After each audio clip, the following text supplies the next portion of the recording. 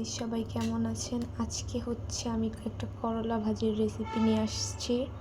আজকে করলা ভাজি করব। সো সবাই দেখতে থাকেন। তেল দেওয়া হয়ে গেছে, তেল গরম হয়ে গেছে। এখন এর মধ্যে পেঁয়াজ কুচি আর হচ্ছে মরিচ দিয়ে দিতে হবে। ফার্স্ট অফ অল পেঁয়াজ কুচিটা দিয়ে দেবো। তো ভয় লাগে পেঁয়াজ কুচি আমার দিতে।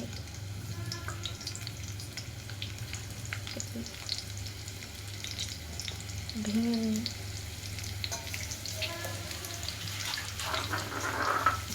এরপর হচ্ছে বাসায় কাঁচামরিচ নেই, জন্য শুকনো মরিচ দিয়ে দিতে হবে। করলা ভাজি একটা সেন্সিটিভ জিনিস, এটা একটু সুন্দরভাবে ভাজি করতে হবে, না হইলে এটা খাওয়া যাবে না। এখন হচ্ছে পেঁয়াজটা ভেজে নেব সুন্দর করে।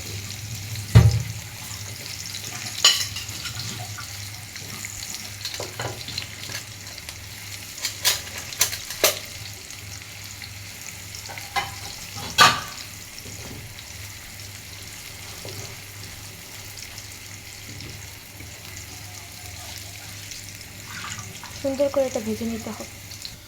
এই যখন পেঁয়াজটা ভাজা হয়ে যাবে, এর মধ্যে হলুদের গুঁড়ো, মরিচের গুঁড়ো আর স্বাদ মতো লবণ দিয়ে দেবেন। আমি হলুদ, মরিচ এবং লবণ দিয়ে দিয়েছি। এখন হচ্ছে করলাটা দিয়ে দিলাম। একা হাতে করছি, তো এর জন্য করলাটা দেওয়ার টাইমে ভিডিওটা নিতে পারিনি। এবার পুরোটা মাখিয়ে নিতে হবে। এই যে এইভাবে যেন কালারটা আসে, দেন একদম মিডিয়াম আঁচে দিয়ে করলাটাকে ঢেকে দিতে হবে। মিডিয়াম আঁচে, করলায় কিন্তু পানি ব্যবহার করা যাবে না।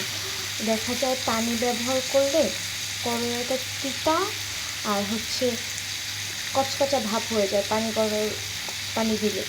তো আমাদের একদম করলাটা ভাজতে হবে মিডিয়াম আঁচে, তেলে ভাজতে হবে, কোনো পানি অ্যাড করা যাবে না। এরকম করলা যদি একবার বানিয়ে খান, পরেরবার থেকে এভাবেই বানাতে মন চাইবে। তো এখন আমরা হচ্ছে ঢেকে দিব। ঢেকে পরপর 5 মিনিট পরপর নাড়া দিয়ে দিব। এই যে করলাটা ঢেকে দেওয়া হয়েছে, আর একদম আঁচটা কিন্তু মিডিয়াম করে নিয়েছি। আর এখানে দেখা যাচ্ছে যে করলাটা কুক হচ্ছে। তো আঁচটা মিডিয়াম করে এরকম করে 5 মিনিট পর না হলে কিন্তু লেগে পড়বে, করলাটা খেতে পারবেন না। নাড়া দিয়ে দিতে হবে, ঢেকে রেখে নাড়া দিতে হবে। আর তুলনামূলক আঁচ একদম যে কম সেটা কিন্তু না, মিডিয়াম আঁচে দিতে হবে। আর এখানে পানি অ্যাড করব না, কিন্তু ঢেকে দেওয়ার কারণে এইটা থেকে যে পানিটা ঝরবে, ওই পানিটাই একটু সুন্দরভাবে কুক হয়ে যাবে। তো এখানে পানিও দিতে হলো না, তেলেও ভাজা হলো, করলাটা মজাও হলো, আর সাথে পানিও দেওয়া লাগবে না। এভাবে হবে। 5 মিনিট হয়ে গেছে। এখন হচ্ছে আমি উঠাবো। যাচ্ছে, দেখা যাচ্ছে করলাটা কত সুন্দর একটা আসছে।